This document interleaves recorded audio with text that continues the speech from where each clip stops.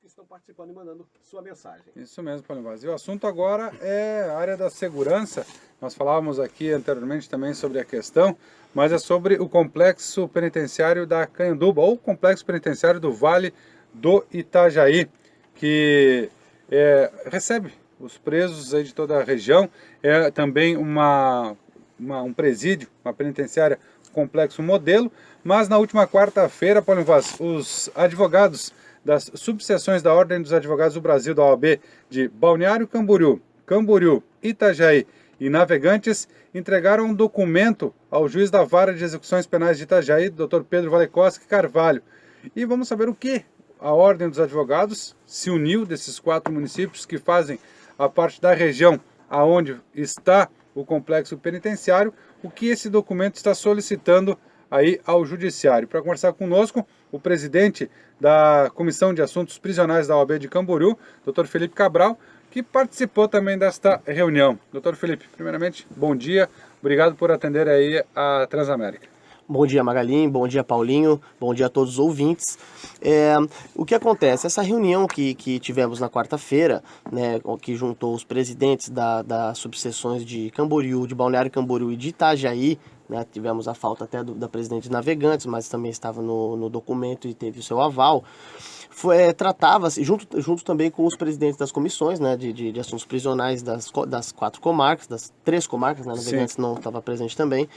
Então tratava-se realmente de uma restrição, era um pedido ao juiz, né, da Vara de Execuções Penais, Dr. Pedro Valecoski Carvalho, para que a gente conseguisse uma restrição na entrada de presos, de apenados de outras comarcas, né, tendo em vista a superlotação, né, que está sendo acometido o complexo penitenciário. Doutor Felipe, só para o pessoal de casa entender, porque nós conhecemos, nós circulamos lá nas proximidades do complexo, o senhor como presidente da comissão e advogado também circula, mas para o pessoal que está em casa hoje, né, que não vai lá na Canhanduba, não tem o interesse também, porque não é caminho de ninguém passar por lá, a não ser quem fala da ambiental.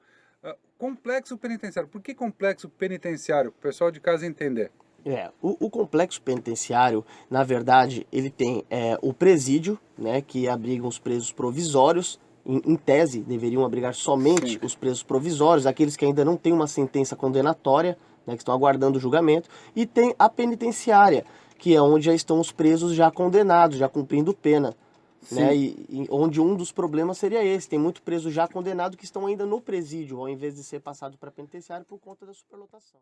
Então assim, vamos supor, a gente fala aqui as ocorrências, foi conduzido ao complexo penitenciário, ele vai ao presídio. Isso, o complexo penitenciário abrange os dois, tanto o presídio como a penitenciária. Então quando é um preso provisório, cabe a levar ao presídio, quando já é condenado, o penitenciário. O senhor sabe a ocupação de cada um, o que é o que deveria ser e o que é hoje?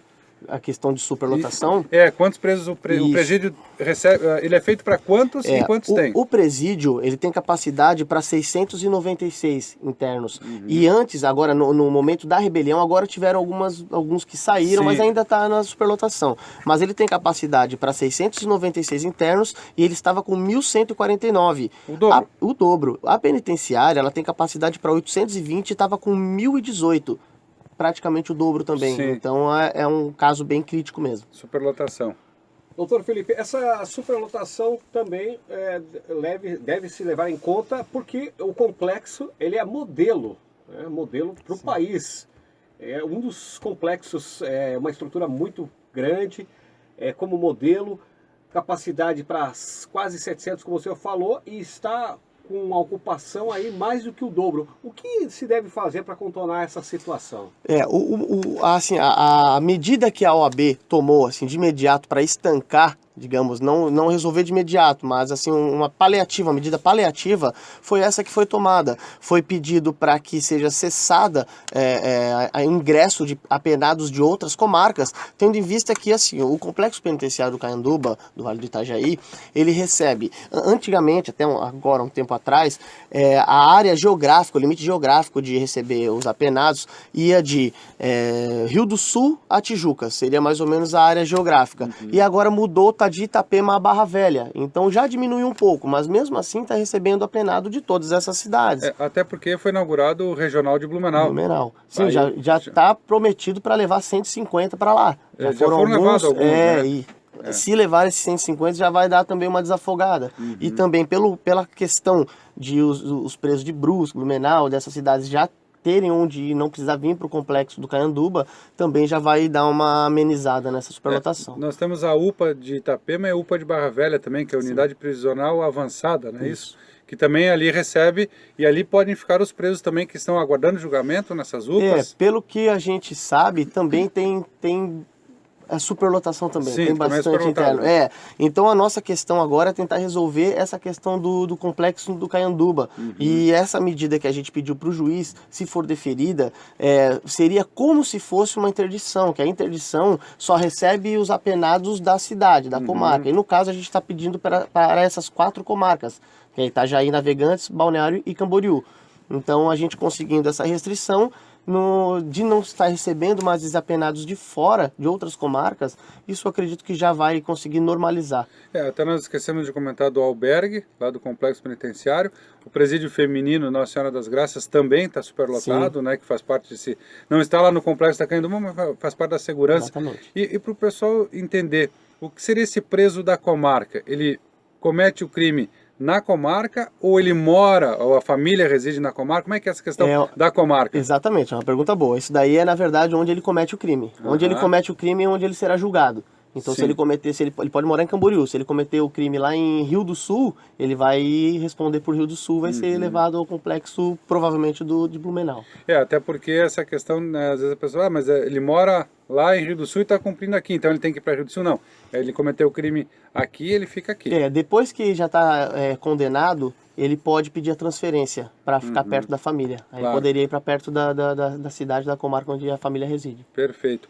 E outra situação, a rebelião que ocorreu ali foi no presídio, Isso. A rebelião, né? Que um dos motivos foi essa superlotação. E a outra é que também presos queriam transferência. Isso, na verdade, assim, além da superlotação, é aquela questão que eu te falei, tinham muitos presos já condenados que queriam passar para a penitenciária, porque lá você consegue trabalhar, você tem a remissão, né? Lá tem o regime semiaberto, sendo que no presídio é tudo igual, fica como se fosse no fechado. Então também teria essa questão. Eles reclamavam também da água, né, que não estavam em condições, tinham falta d'água. Eles pediram também questão de comida, eles queriam que entrassem algumas comidas diferentes. Então tiveram algumas medidas que já foram resolvidas, coisas menores, e algumas que estão aguardando agora a posição do Dr. Pedro, juiz da Vara de Execuções Penais. E, doutor, essa questão, voltando ao tumulto que houve no presídio, né, o pessoal questionou da água, né, mas aí também a própria direção disse sim, porque ela é projetada para 696 no presídio, 880 na penitenciária, superlota, o consumo é maior, e até porque, até onde eu sei, ali não é abastecido pelo SEMASA, é água de poço artesiano, né? Então existe um limite de tirar essa água também. Exatamente, e também parece que estão em conversa com o diretor do complexo, né, o Juliano Strobel, parece que já está com um acordo ali para resolver, até porque não era só a falta da água, a água estava em péssimas condições, ela vinha amarelada, então isso já está sendo resolvido, segundo o diretor, e a gente vai ficar aguardando aí para ver se resolve o quanto antes, né? A questão da alimentação, o senhor disse entrar com alimentos diferentes, até a gente recebe algumas reclamações quanto à própria, não como é que é, não é vistoria, quando a pessoa vai visitar algum... Visita íntima. Mas tem que passar pela inspeção ali. Como é que é o nome da inspeção? Só me fugiu o nome da... Você diz dos alimentos? Não, da pessoa também, a revista. Agora veio a palavra revista. Esse alimento seria trazido pela família, esse alimento diferente, ou o complexo teria que fornecer? Poderia ser levado pela família, né? A família tem ali os alimentos que eles podem entrar e levar, né? Chega lá, eles abrem um pacote, colocam num pacote próprio. E também tem os que o próprio estabelecimento fornece. Nesse caso, eles queriam poder entrar com alguns alimentos diferentes do que a família já traz. Uma geleia, alguma coisa assim. Não me lembro quais eram os alimentos em si, mas eu lembro que tinha geleia, algumas coisas nesse sentido que eles queriam, que mousse, essas coisas.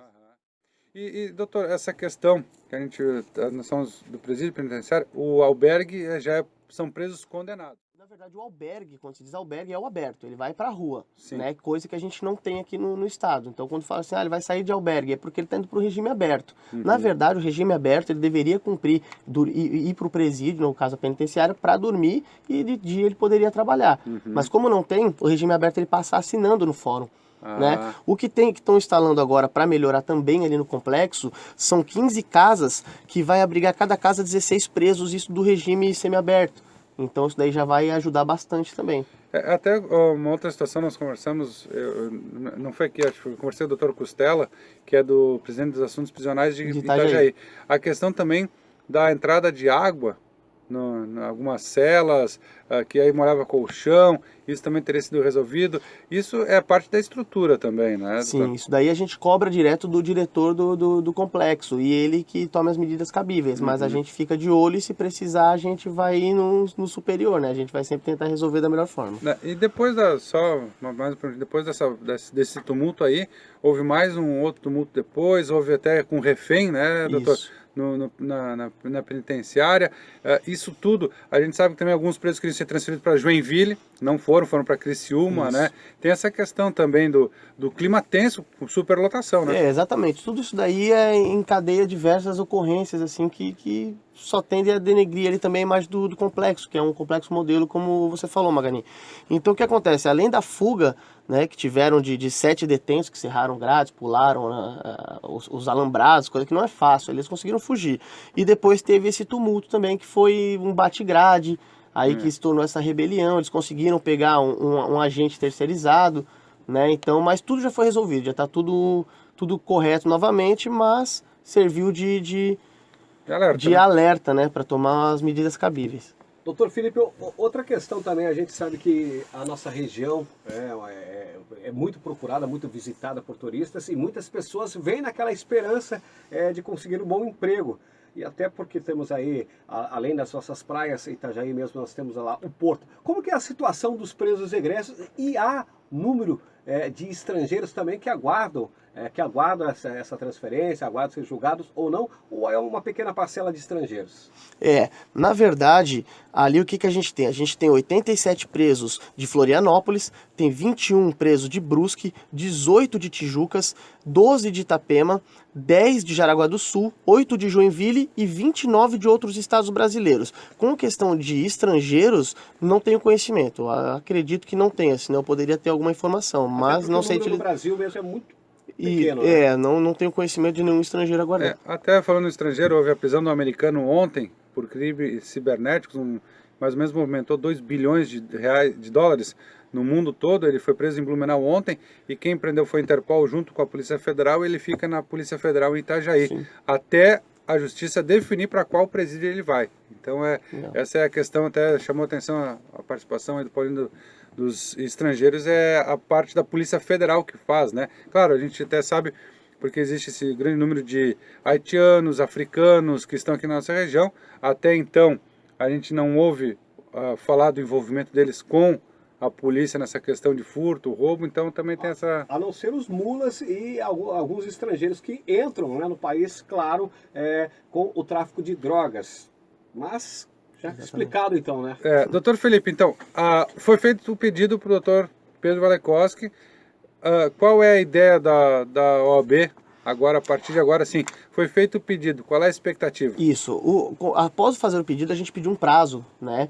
E o juiz, ele falou que iria editar uma portaria, porque já foi, parece que o Ministério Público também já fez um pedido, agora a OAB fez o pedido, ele vai aguardar uma manifestação da Defensoria Pública de Itajaí e parece que ele vai editar uma portaria para apurar essa questão do excesso de ocupação de presos. Então, o que nos resta é aguardar. E o doutor Pedro tem um trabalho também interessante com apenados na questão de incentivá-los a trabalhar, né? Há um convênio com o Estado no presídio feminino para as mulheres trabalharem em escolas, na parte de serviços gerais. Tem presos aqui no batalhão de Balneário, no batalhão de Itajaí da Polícia Militar. Ele tem um trato aí também para manter essa ordem no complexo, porque é uma bomba relógio também, né? Tem muito apenado ali que é desesperado para trabalhar, até porque ele consegue a cada 3 dias trabalhado, ele diminui um da pena, que é a remissão. Então, assim, a maioria dos apenados, eles querem trabalhar. Então, quando você consegue colocar todos num trabalho, passa mais rápido o tempo, ele não fica pensando em coisa errada. Então, o trabalho, eu acredito que seja uma grande solução para o problema ali, até com base na ressocialização. E rende um financeiro também para a família que está fora, né, doutor? Exatamente. Isso é importante, esse trabalho aí.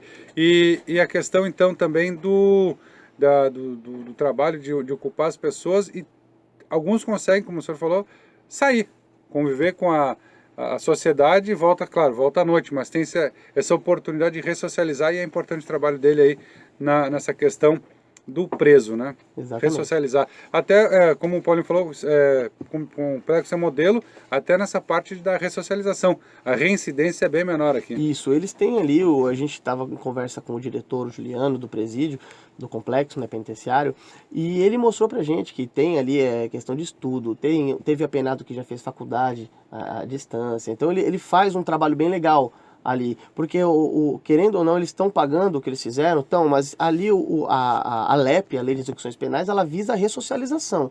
Então, num ambiente que esteja superlotado, que a pessoa não tem o mínimo de dignidade, ali vai ser uma faculdade para o crime. Ele entra, às vezes, um pequeno ladrãozinho que furta e acaba virando um marginal perigoso. Uma quadrilha, numa facção. E é importante do Juliano, ele é aquele diretor rígido, ele cobra o que está na lei, mas ele atende também, ele conversa muito com os presos ali, o que pode ser feito ele faz também, ele segue um regime rígido, mas também de conversa, né? A gente observa até os familiares quando falam do Juliano, próprios advogados, né, doutor, que circulam lá dentro do complexo, falam sobre isso também. A gente percebe que ele é um diretor do complexo, assim, que ele quer a mudança, ele quer fazer funcionar, né? Não está ali só para cumprir tabela. Então isso daí dá até um ânimo para a gente tentar mudar para melhor também. Com certeza. Então vamos aguardar as respostas, doutor Felipe. Vamos sim.